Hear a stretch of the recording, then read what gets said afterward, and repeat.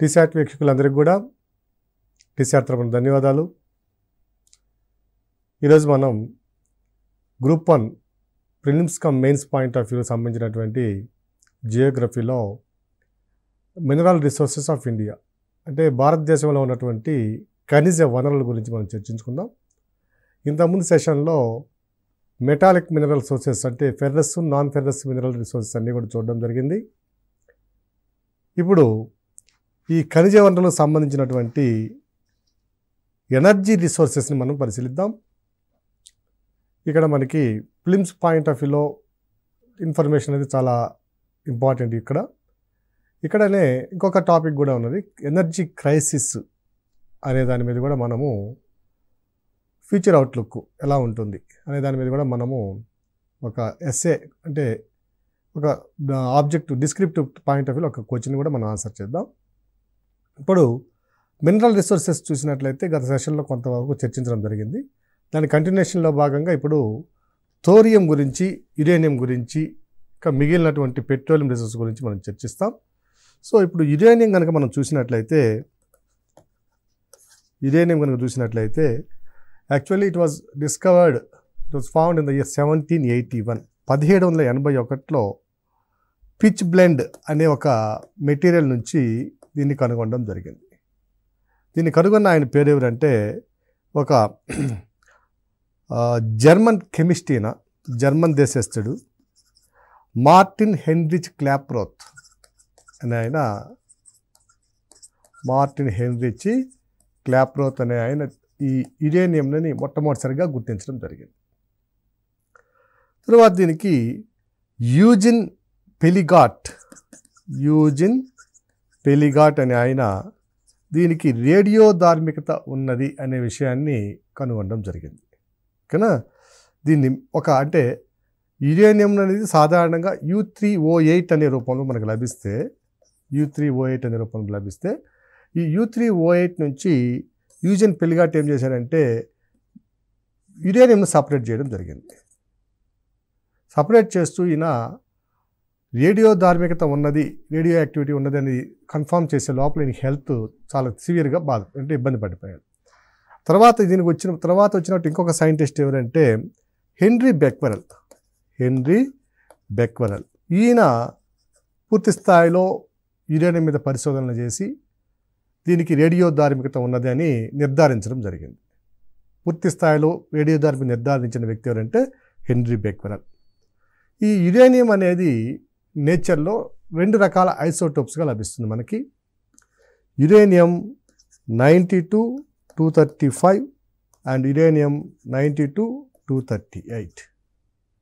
ఈ 2 ఐసోటోప్స్లో మనకి ఫిజనబుల్, నాన్ ఫిజనబుల్ అంటే కేంద్రక చర్యలో పాల్గొనేవి, కేంద్రక చర్యలో పాల్గొననివి పరిశీలిస్తే 92-235 అనేది ఫిజనబుల్ అండి.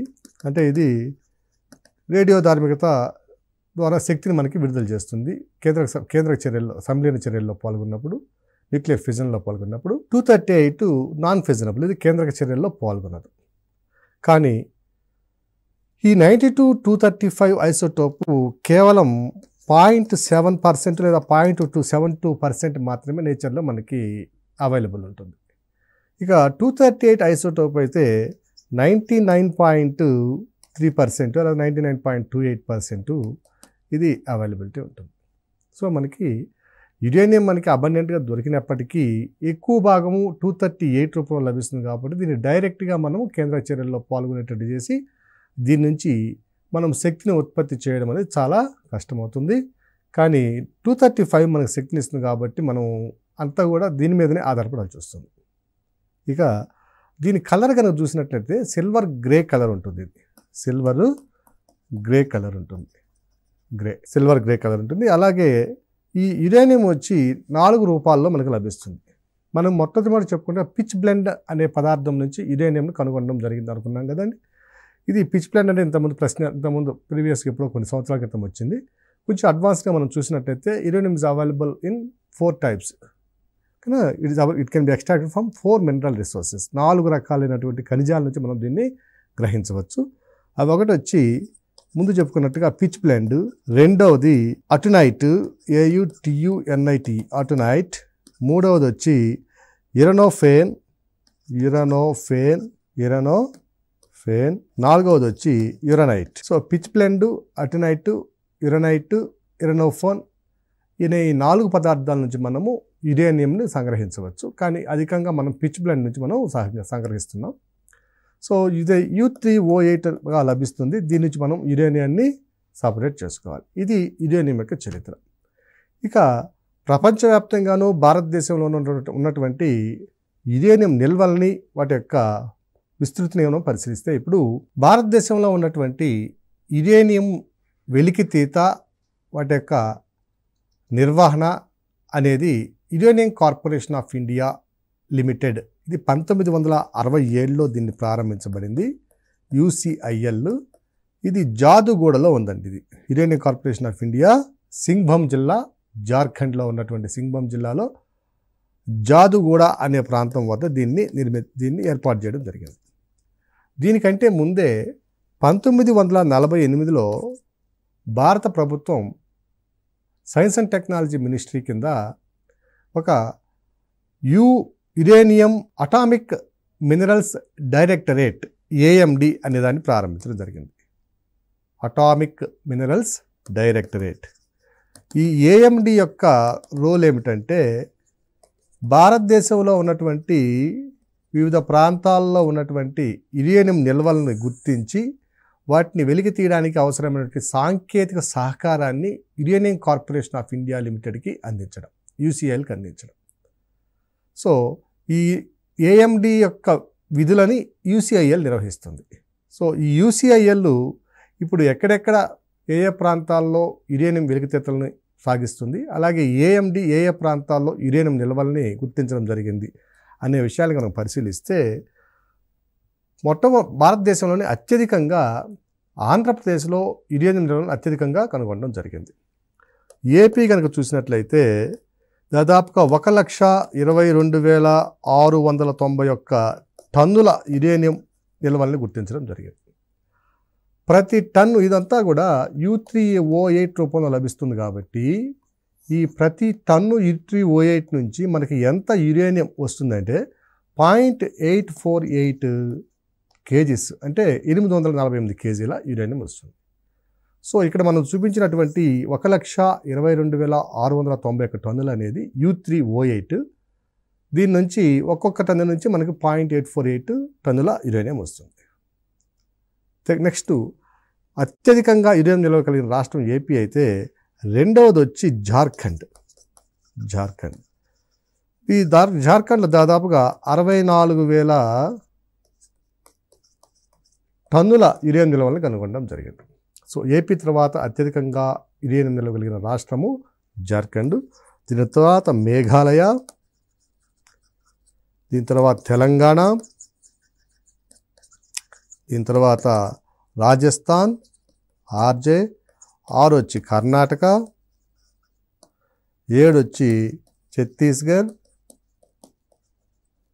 8 వచ్చి యూపీ, 9 ఉత్తరాఖండ్, 10 హిమాచల్ ప్రదేశ్. సో ఈ విధంగా మనకు దాదాపు 10 నుంచి 11 రాష్ట్రాలలో మనకి యురేనియం నిల్వలను కనుగొనడం అనేది జరిగింది భారతదేశంలో. సో అత్యధికంగా ఉన్నటువంటి రాష్ట్రం ఏపీ అయితే దాని తర్వాత జార్ఖండ్, మేఘాలయ, తెలంగాణకు వచ్చేసరికి 4వ అతిపెద్ద యురేనియం నిల్వలు కలిగిన రాష్ట్రంగా మనం గమనించాలి. ఓకే, తర్వాత ఈ UCIL మొట్టమొదటిసారిగా 1951లో తన ఎక్స్ప్లోరేషన్ని సాగించింది. సో మొట్టమొదటి యురేనియం గని ఏమిటి అంటే అది 1951లో జాదుగూడ అనే ప్రాంతంలో, 1951లో జాదుగూడ, మనం ఇంతకుముందు చెప్పుకున్నాం. 1967లో UCIL ఏర్పడిందని చెప్పాము. సో UCIL ఏర్పడక ముందే ఉన్నటువంటి ఈ సంస్థే 1951లో జాదుగూడ అనే ప్రాంతంలో మొట్టమొదటిసారిగా యురేనియం నిల్వలను వెలికి తీయడం ప్రారంభిస్తే ఇదే సంస్థని 1967లో UCILగా ఒక చట్టబద్ధమైనటువంటి సంస్థగా మార్చడం జరిగింది. So uranium corporation of India లిమిటెడ్గా మార్చడం జరిగింది. సో మొట్టమొదటి గని ఏమిటంటే యురేనియం గని భారతదేశంలో 1951లో ప్రారంభించినటువంటి సింగ్భూమ్ జిల్లాలోని, జార్ఖండ్లోని సింగ్భూమ్ జిల్లాలోని జాదుగూడ గని. ఈ ప్రాంతంలోనే UCILను కూడా ఏర్పాటు చేయడం జరిగింది. ఇక ఏ ఏ ప్రాంతాల్లో ఇది విస్తరించి ఉంది అని కనుక మనం పరిశీలించినట్లయితే ఫిలిమ్స్ పాయింట్ ఆఫ్ వ్యూలో కొంతమేర ఇంపార్టెంట్ అండి ఇవ్వండి. ఏపీలో కనుక చూసినట్లయితే చిత్తూరులో మనము చూస్తామండి. కుప్పం, మన బాబు గారి నియోజకవర్గం ఇది కుప్పం. చిత్తూరులో కుప్పము. నెక్స్ట్ నెల్లూరు జిల్లాలో ఉన్నటువంటి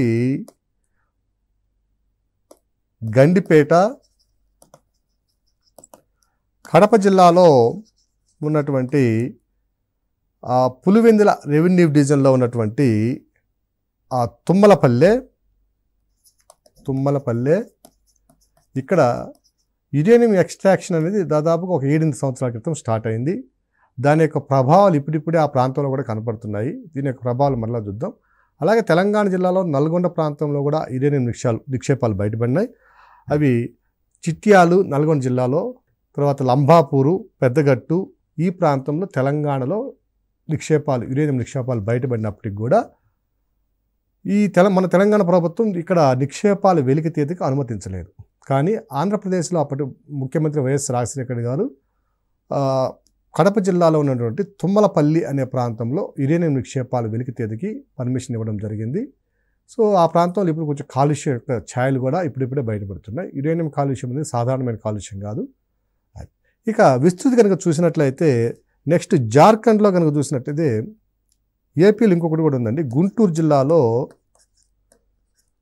జిల్లాలో కుప్పునూరు అనే ప్రాంతం దగ్గర కూడా కుప్పునూరు, ఇది మాచర్లకి దగ్గరలో ఉంటుంది. ఇది కూడా తెలంగాణ బార్డర్ రీజియన్. కుప్పునూరు అనేది ఏపీలో ఉన్నటువంటి మాచర్ల మన తెలంగాణ నల్గొండ జిల్లాకు బార్డర్ కదా, అక్కడ గుంటూరులో ఉన్న కుప్పునూరు అనే ప్రాంతంలో కూడా ఈ యురేనియం నిక్షేపాలు గుర్తించడం జరిగింది.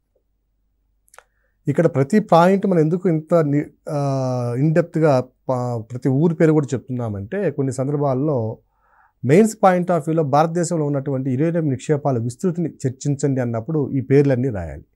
అలాగే ప్రిలిమ్స్ పాయింట్ ఆఫ్ వ్యూలో ఈ క్రింది ఏ ప్రాంతాలలో యురేనియం నిక్షేపాలు గుర్తించడం జరిగిందని చెప్పి ఒక 4 పేర్లు, అట్లా ఆంధ్రాలో 4 పేర్లు ఇవ్వచ్చు, తెలంగాణలో 2 పేర్లు ఇవ్వచ్చు. ఇట్లా 2 పేర్లు ఇచ్చినప్పుడు వాటన్నిటిని కూడా మనం ఐడెంటిఫై చేయగలిగినటువంటి క్యాపబిలిటీ మనకు ఉండాలి. అందువల్లనే ప్రతిదీ కూడా మనం ఊరి పేరుతో సహా గుర్తుంచుకోవడం మంచిది. ఇక జార్ఖండ్కి వచ్చేసరికి ఇక్కడ సింగ్భం జిల్లాలో ఇప్పుడే చూసాం జాదుగూడ ఉంది కదండి. సో ఈ జాదుగూడ దాని పరిసర ప్రాంతాల్లో సింగ్భం జిల్లాలో, పశ్చిమ సింగ్భం జిల్లా, ఇంతకుముందు ఒక సింగ్భం ఉండేది, ఇప్పుడు 2 జిల్లాలు అయింది. అవి పశ్చిమ సింగ్భం జిల్లాలో జాదుగూడ ప్రాంతంలో ఈ నిక్షేపాలను గుర్తించాం. ఇక మేఘాలయ చూసినట్లయితే ఇంతకుముందు ఫిలిమ్స్ బిట్టిది గ్రూప్ 1లో మేఘాలయలో డొమిసియత్ అనే ఒక ప్రాంతం ఉంది. సో ఈ డొమిసియత్తో పాటుగా కొన్ని ప్రాంతాల్లో మరికొన్ని ప్రాంతాల్లో కూడా యురేనియం నిక్షేపాలను మనం గుర్తించడం జరిగింది. అవి వచ్చి మహదేవ్ బేసిన్, మహదేవ్ అని కూడా అంటారండి. ఇది మహదేవ్ బేసిన్, డొమిసియత్తు, వకుత్తు, వకుత్తు, నెక్స్ట్ థైరణి, థైరణి. వీటితో పాటుగా మనకి మాసిన్రామ్ పేరు కూడా మనకు గుర్తుంటుంది. అత్యధిక వర్షపాతం పొందేటటువంటి ప్రాంతము, సగటు వర్షపాతం పొందే ప్రాంతము. సాలీన 1117 సెంటీమీటర్లు, 18 సెంటీమీటర్ వరకు వర్షపాతం వచ్చే ప్రాంతం ఉంది. ఈ మాసిన్రామ్లో కూడా మనం యురేనియం నిక్షేపాలను గుర్తించడం జరిగింది. ఇక తర్వాత తెలంగాణకు వచ్చేసరికి టీఎస్లో ఇప్పుడే చెప్పుకున్నాం, లంబాపూరు, పెద్దగట్టు, చిట్యాలు, ఓకేనా, తదితర ప్రాంతాల్లో నల్గొండ జిల్లాలో ఉండే ఈ ప్రాంతాల్లో మనకి యురేనియం నిక్షేపాలని గుర్తించడం జరిగింది. ఇక కర్ణాటక చూసినట్లయితే ఇది కూడా ప్రీవియస్ సివిల్స్ బిట్టు. కర్ణాటకలో ఉన్నటువంటి గోగి అనే ప్రాంతంలో కూడా ఈ యురేనియం నిక్షేపాలను గుర్తించడం జరిగింది. రాజస్థాన్లో రోహిల్ అనే ప్రాంతము, అలాగే మధ్యప్రదేశ్లో ఎంపీలో జాజ్వల్, ఇది జిల్లా హెడ్ క్వార్టర్ ప్రక్కనే, ఈ ప్రక్క ప్రాంతంలోనే జాజ్వల్ అనే ప్రాంతంలోనే ఇక్కడ కూడా మనం యురేనియం నిక్షేపాలను గుర్తించడం జరిగింది. అలాగే ఛత్తీస్గఢ్లో బస్తర్ లోయలో కూడా మనకు యురేనియం నిక్షేపాలు బయటపడినాయి. సో ఇది యురేనియం నిక్షేపాల యొక్క విస్తరణ. ఇంతకుముందు చూసినట్లుగా అత్యధికంగా నిక్షేపాలు కలిగినటువంటి ప్రాంతం మాత్రము ఆంధ్రప్రదేశ్ ప్రాంతం. ఈ మధ్యకాలంలో నల్లమల అడవుల్లో శ్రీశైలము తదితర ప్రాంతాలలో షాబాద్ గుట్ల వరకు కూడా ఏఎండి వాళ్ళు, అటామిక్ మినరల్స్ డైరెక్టరేట్ వాళ్ళు కొన్ని త్రవ్వకాలు అంటే బోర్వెల్స్, ట్యూబ్ వెల్స్ వేయడం జరిగింది. ఈ ట్యూబ్ వెల్స్ వేయడం యొక్క ప్రధాన ఉద్దేశము మనకు చెప్పకపోయినప్పటికీ తర్వాత తెలిసింది ఏమిటంటే ఇవి యురేనియం నిక్షేపాలు కనుగొనడానికి వేసినటువంటి ట్యూబ్ వెల్స్ అని గుర్తించడం జరిగింది. సో ఈ ట్యూబ్ వెల్స్ ద్వారా వచ్చినటువంటి అంటే ఈ పరిశోధనల ద్వారా సేకరించిన సమాచారాన్ని బట్టి భారతదేశంలో ఉన్నటువంటి ఈ నల్లమల అడవుల్లో ప్రపంచంలోనే అత్యధికమైనటువంటి యురేనియం రిజర్వ్స్ ఉన్నట్లుగా కొన్ని ఊహాగానాలు కూడా బయలుదేరాయి. కానీ యురేనియం నిక్షేపాలు భారతదేశంలో ఏ ప్రాంతంలో అధికంగా కలవు అన్నప్పుడు అవి నల్లమల అడవులు లేదా తూర్పు కనుమల ప్రాంతం. మనం తిరుపతి చూస్తున్నాం, చిత్తూరు, అలాగే నెల్లూరు, అలాగే గుంటూరు, అలాగే ఈ శ్రీశైలం ప్రాంతం, ఇదంతా కూడా తూర్పు కనుమలలో ప్రాంతం. కాబట్టి ఈ ఏ భాగంలో నిక్షేపాలు ఎక్కువ కలవు అన్నప్పుడు కూడా గారో కొండలు, కాశీ కొండలు, తూర్పు కనుమలు, వింధ్య సహ్యాద్రి పర్వతాలు, వింధ్య పర్వతాలు ఇలా అన్నప్పుడు అభ్యర్థులు ఏమాత్రం తొందరపడకుండా చక్కగా తూర్పు కనుమల ఆన్సర్ని మీరు ఐడెంటిఫై చేసుకోవాల్సిన అవసరం ఉంది. దీనికి సంబంధించినటువంటి మరొక అంశాన్ని కనుక మనం పరిశీలించినట్లయితే భారత ప్రభుత్వం అటామిక్ మినరల్స్ డైరెక్టరేట్ని ఏర్పరిచినట్లుగానే న్యూక్లియర్ ఫ్యూయల్ కాంప్లెక్స్ అనే ఒక సంస్థను కూడా ఏర్పరిచింది. ఈ అటామిక్ మినరల్స్ డైరెక్టరేట్ ఏఎండి వచ్చి హైదరాబాద్లో ఉంది. అలాగే న్యూక్లియర్ ఫ్యూయల్ కాంప్లెక్స్ ఇక్కడ ఇది కూడా హైదరాబాద్లో ఈ ఏఎండి కింద పనిచేస్తుందండి ఈ విభాగం.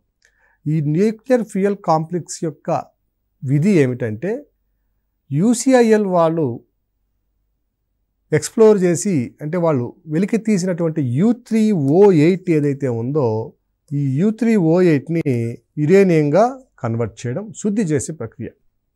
అలాగే జింక్ క్లాడింగ్ అని కూడా అంటాం, అదొక ప్రక్రియ. అలాగే వీటితో పాటుగా రియాక్టర్ కాంపోనెంట్స్ తయారు చేయడం, కానీ న్యూక్లియర్ రియాక్టర్లో ఉన్నటువంటి కాంపోనెంట్స్ తయారు చేయడం, ఈ ప్రక్రియలన్నింటినీ కూడా nuclear fuel complex limited, nuclear fuel complex హైదరాబాద్లో ఉన్నటువంటి ఎన్ఎఫ్సి నిర్వహిస్తుంది. వీటితో పాటుగా వివిధ ప్రాంతాలలో ఉన్నటువంటి అణు విద్యుత్ కేంద్రాలకు అవసరమైనటువంటి యురేనియంని కూడా ఇక్కడి నుంచే ట్రాన్స్పోర్ట్ చేయడం జరుగుతుంది. సో ఈ విధంగా శుద్ధి చేసినటువంటి యురేనియంని ఏమంటామంటే ఎల్లో కేక్ అనడం, ఎల్లో కేక్ అంటారు. So yellow cake will be transported through various nuclear power stations from NFC Hyderabad. So Hyderabad నుంచి అన్నీ కూడా మనం ట్రాన్స్పోర్ట్ చేస్తున్నాం. అలాగే ఈ అటామిక్ మినరల్స్ డైరెక్టరేట్కి ఒక కేంద్ర కార్యాలయంతో పాటు మరలా కొన్ని రీజనల్ సెంటర్స్ కూడా ఉన్నాయండి. ఈ రీజనల్ సెంటర్స్ మనం పరిశీలించినట్లయితే అవి న్యూఢిల్లీ, జంషెడ్పూరు, నాగ్పూరు, బెంగళూరు, హైదరాబాదు, హెచ్వైడి, అలాగే జైపూరు, షిలాంగు, మేఘాలయలో ఉన్నటువంటి షిలాంగు. సో ఈ ప్రాంతాలన్నింటిలో కూడా ఏఎండికి రీజనల్ ఆఫీసెస్ని కూడా ఏర్పాటు చేయడం జరిగింది. ఇవి భారతదేశంలో ఉన్నటువంటి యురేనియం నిల్వల విస్తరణ మరియు వాటి యొక్క విస్తృతి, అంటే ఏ ఏ ప్రాంతాల్లో ఎంతెంత మేర నిల్వలు ఉన్నాయి, ఏ ఏ ప్రాంతాల్లో విస్తరించింది. ఇక వీటికి సంబంధించిన న్యూక్లియర్ పవర్ ప్లాంట్స్ని మనం ఇండస్ట్రీస్లో దీని గురించి చర్చిద్దాం. ఇక యురేనియం తర్వాత మనం గొప్పగా చెప్పుకోవాల్సినటువంటి రేడియోధార్మిక పదార్థము, విద్యుత్ శక్తి ఉత్పత్తిలో మనం ఉపయోగించేటువంటి పదార్థం ఏమిటంటే మరొక మూలకం ఏమిటంటే థోరియం. సో దీన్ని మొట్టమొదటిసారిగా 1828లో జాన్స్ జాకబ్ బెర్జీలియస్ అనే ఆయన గుర్తించడం జరిగింది. జాన్స్ జాకబ్ బెర్జీలియస్ అనే ఆయన 1828లో మొట్టమొదటిగా ఈ థోరియంను గుర్తించడం జరిగింది. ఈ థోరియం అనేది మనకి ఇసుక అంటే స్థిర ప్రాంతాలలో ఉన్నటువంటి ఇసుక నేలల్లో ఉన్నటువంటి మోనజైట్ శాండ్స్ అంటే దాని నుంచి లభిస్తాయి. మోనజైట్ శాండ్ నిక్షేపాల నుంచి లభిస్తాయి ఇవన్నీ కూడా. సో వీటిలో ప్రధానంగా మనం చెప్పుకోవాల్సింది ఏమిటంటే ఈ మోనజైట్ శాండ్స్లో 10% థోరియం సంబంధించినటువంటి థోరియా ఉంటే 0.3% యురేనియా కూడా ఉంటుంది. 0.3% యురేనియా కూడా ఉంటుంది. ఇక వరల్డ్ వైడ్గా థోరియం రిజర్వ్స్ కనుక పరిశీలించినట్లయితే అత్యధికంగా థోరియం నిల్వలు కలిగినటువంటి దేశము భారతదేశం. సో వరల్డ్ వైడ్ ప్రపంచవ్యాప్తంగా మనం చూసినట్లయితే అత్యధికంగా భారతదేశంలో 9,63,000 టన్నుల థోరియం నిల్వలని మనము అంచనా వేయడం జరిగింది. సో మొట్టమొదటి భారత్, దీంట్లో 9,63,000 టన్నుల థోరియం నిల్వలు. రెండవది యుఎస్ఏ, మనలో దాదాపు సగం కంటే కూడా తక్కువ 4,40,000 టన్నుల నిక్షేపాలను అంచనా వేస్తే, నెక్స్ట్ ఆస్ట్రేలియాలో దాదాపుగా 300 అంటే 3 లక్షల టన్నుల నిల్వలను మనం గుర్తించడం జరిగింది. ఇక దాని తరువాత Canada, south Africa, Brazil, Australia, Brazil, next Malaysia, ఈ ప్రాంతాలలో మనము థోరియం నిల్వల్ని గుర్తించడం జరిగింది. అలాగే వరల్డ్ వైడ్ యురేనియం రిజర్వ్స్ కూడా మనం పరిశీలించినట్లయితే, ఇంతకుముందు చెప్పుకోవాల్సిన అంశం మనం పర్వాలేదు ఇప్పుడు చెప్తున్నాం. యురేనియం అంశం మనగా పరిశీలించినట్లయితే అత్యధిక యురేనియం నిల్వలు కలిగినటువంటి దేశం, మొట్టమొదటి దేశం ఏమిటంటే ఆస్ట్రేలియా. దాదాపుగా 17,80,000 టన్నుల యురేనియం నిల్వలను ఇక్కడ మనం గుర్తించడం జరిగింది. ఆస్ట్రేలియా తర్వాత రెండవది కజకిస్తాను, మూడవది రష్యా, నాలుగవది వచ్చి కెనడా. సో భారతదేశంలో యురేనియం నిల్వలు చాలా తక్కువ, కానీ థోరియం నిల్వలకు వచ్చేసరికి ప్రపంచంలోనే అత్యధికంగా థోరియం నిల్వలు కలిగిన దేశం భారతదేశం అయితే, యురేనియం నిల్వలు అత్యధికంగా కలిగిన దేశము ఆస్ట్రేలియా. ఇక ఉత్పత్తి విషయానికి వచ్చేసరికి ఉత్పత్తిలో మొట్టమొదటి దేశము కజకిస్తాన్ అత్యధికంగా ఉత్పత్తి చేసేటువంటి దేశం యురేనియం. దాని తరువాత ఆస్ట్రేలియా, రెండవ ప్లేస్లో ఆస్ట్రేలియా. ఓకే, ఇక థోరియం కనుక వచ్చినట్లయితే మనము వరల్డ్ వైడ్ థోరియం రిజర్వ్స్లో అత్యధికంగా ఉన్న దేశము భారతదేశం అయితే, రెండవది యునైటెడ్ స్టేట్స్, మూడవది ఆస్ట్రేలియా, నాలుగవది వచ్చి కెనడా, 5 సౌత్ ఆఫ్రికా, ఇలా చూసాం. ఇక భారతదేశంలో ఉన్నటువంటి వివిధ రాష్ట్రాల్లో కనుక మనం థోరియం రిజర్వ్స్ కనుక పరిశీలించినట్లయితే, భారత్లో ముందు చెప్పుకున్నట్టుగానే ఏపీలో అత్యధికంగా థోరియం రిజర్వ్స్ ఉన్నాయి. సో ఇంతకుముందు మనము యురేనియం రిజర్వ్స్ చూసినప్పుడు కూడా అత్యధికంగా యురేనియం నిల్వలు కలిగిన రాష్ట్రం ఏమిటంటే ఆంధ్రప్రదేశ్. అలాగే థోరియం నిల్వలు కూడా అత్యధికంగా కలిగిన రాష్ట్రం ఏమిటంటే ఆంధ్రప్రదేశ్. ఇక్కడ మొత్తం భారతదేశంలో ఉన్నటువంటి 100% థోరియం నిల్వల్లో ఏపీ 31% వాటాని కలిగి ఉంది. ఇది టన్నుల ప్రకారం మనం చూసినట్లయితే 3.77 మిలియన్ టన్స్ని కలిగి ఉందండి. సో అత్యధికంగా థోరియం నిల్వలు కలిగిన రాష్ట్రం ఏపీ అయితే, రెండవది తమిళనాడు, మూడవది ఒడిశా, 4 కేరళ, 5 వెస్ట్ బెంగాల్, 6 జార్ఖండ్. సో ఈ విధంగా మనము థోరియం నిల్వలు అత్యధికంగా రాష్ట్రాలను మనం గమనిస్తే, రెండవది తమిళనాడు, మూడవది Odisha, next Kerala, west Bengal. So ఈ థోరియం యొక్క ప్రాధాన్యత ఏమిటంటే, థోరియం 90-232గా ఉంటుంది. దీన్ని కనుక న్యూట్రాన్తో కనుక తాడించినట్లయితే ఇది థోరియము 90-233గా మారుతుంది. మనకి మీరు సైన్స్ అండ్ టెక్నాలజీలో వింటారు, మనకు ఉన్నటువంటి 4 దశల అణు విద్యుత్ కార్యక్రమంలో రెండవ దశలో థోరియంని ఇంధనంగా ఉపయోగించాలి. అంటే మొదటి దశలో యురేనియం 235ని మనం ఉపయోగించే శక్తిని మనం ప్రొడ్యూస్ చేసే క్రమంలో ఈ థోరియం 90-230ని మరలా 232ని థోరియం 90-233గా మార్చుకోవాలి. అంటే మనకు భారతదేశంలో ఉన్నటువంటి థోరియం నిల్వలు అత్యధికంగా ఉన్నటువంటి ఈ క్రమంలో ఇతర దేశాల నుంచి మనం యురేనియం దిగుమతి చేసుకుని, అనేక దేశాల నుంచి ఆంక్షలు ఉన్నప్పటికీ చాలా కష్టమైన పరిస్థితుల్లో మనం దిగుమతి చేసుకుంటున్నాం. ఆ దిగుమతిని క్రమంగా తగ్గించుకుంటూ వెళ్ళి థోరియంని 90-232ని 90-233గా మొదటి దశలో అణువిద్యుత్తుని మనం ఉత్పత్తి చేస్తున్న మొదటి దశలో ఈ థోరియంని 233గా మార్చుకొని ఈ 90-233 థోరియంని రెండవ దశలో ఇంధనంగా ఉపయోగించుకునే కార్యక్రమం ఇది. మీరు సైన్స్ అండ్ టెక్నాలజీలు ఇవన్నీ కూడా నేర్చుకుంటారు. ఇక థోరియం యొక్క ఉపయోగాలు కనుక మనం చూసినట్లయితే అణు విద్యుత్ ఉత్పత్తితో పాటుగా ఇది కూడా చాలా హార్డెస్ట్ మెటీరియల్. అనేక రకాలుగా మన యొక్క అప్లికేషన్స్ కూడా మనం గమనించవచ్చు.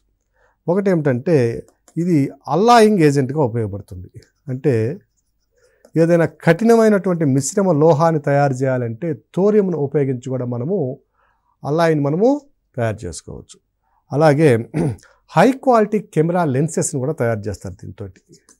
మనకి వీడియోగ్రఫీలో ఉన్నటువంటి కెమెరాస్ కానివ్వండి, సో వీటన్నిటిలో కూడా హై క్వాలిటీ కెమెరా లెన్సెస్ చేస్తారు.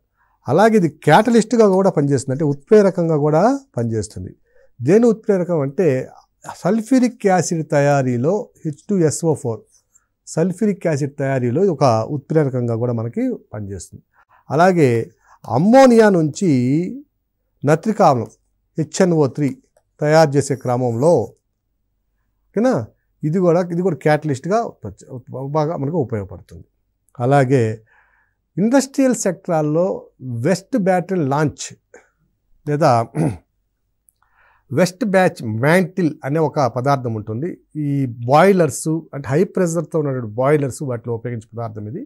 వాటిలో తయారు చేయడానికి కూడా వెస్ట్ బ్యాచ్ కన్నా మ్యాంటిల్స్ తయారు చేయడానికి కూడా మనకి ఈ థోరియము ఉపయోగపడుతుంది. అలాగే విద్యుత్ ఉత్పత్తితో పాటుగా కొన్ని సందర్భాలలో వీటి నుంచి వచ్చేటటువంటి రేడియో ధార్మికతని ఆధారంగా చేసుకుని కొన్ని రకాలైనటువంటి చికిత్సలకి అంటే క్యాన్సర్ లాంటి చికిత్సలను నివారించడానికి కూడా మనం థోరియంని ఉపయోగించడానికి పరిశోధనలు జరుగుతున్నాయి. ఇవి భారతదేశంలో ఉన్నటువంటి యురేనియం మరియు థోరియం రిజర్వ్స్. ఇక్కడ ప్రిలిమ్స్ పాయింట్ ఆఫ్ వ్యూలో మనము ప్రతి పాయింట్ని చాలా జాగ్రత్తగా అబ్జర్వ్ చేయాలి, అంటే గుర్తుపెట్టుకోవాల్సిన అవసరం ఉంది. అలాగే మెయిన్స్ పాయింట్ ఆఫ్ వ్యూలో ప్రశ్నలు రావడానికి అవకాశం ఉన్నప్పటికీ, అంటే తక్కువగా ఉన్నప్పటికీ, ఒకవేళ మెయిన్స్లో కనుక ఈ అంశాల మీద కనుక ప్రశ్నలు వస్తే భారతదేశంలో ఉన్నటువంటి యురేనియము థోరియము లేదా అణు విద్యుత్ మూలకాల యొక్క విస్తృతి వాటి యొక్క విస్తరణ గురించి చర్చించండి అని అన్నప్పుడు మామూలు జనరల్గా సివిల్స్లో కూడా ఇలాంటి ప్రశ్నలు అప్పుడప్పుడు హార్డ్ అంటే కోర్ క్వశ్చన్స్ రావడానికి అవకాశం ఉంది. అలా వచ్చినప్పటికి కూడా ఈ విషయాలన్నింటినీ కూడా మనము నీట్గా ఒక ఆన్సర్ తయారు చేసి పెట్టుకొని మెయిన్స్ పాయింట్ ఆఫ్ వ్యూలో మనకు వచ్చినప్పటికి కూడా ఈ ఆన్సర్ని మనం ఉపయోగించుకోవచ్చు. ఇక ఎనర్జీ రిసోర్సెస్లో మరొక ప్రధానమైన అంశం ఏమిటంటే కోల్ రిసోర్సెస్, అంటే బొగ్గు వనరులు, వాటి తర్వాత పెట్రోలియం మరియు న్యాచురల్ గ్యాస్ సహజ వాయు వనరులు. సో వీటన్నిటిని కూడా మనము మరొక సెషన్లో పరిశీలిద్దాం. ధన్యవాదాలు.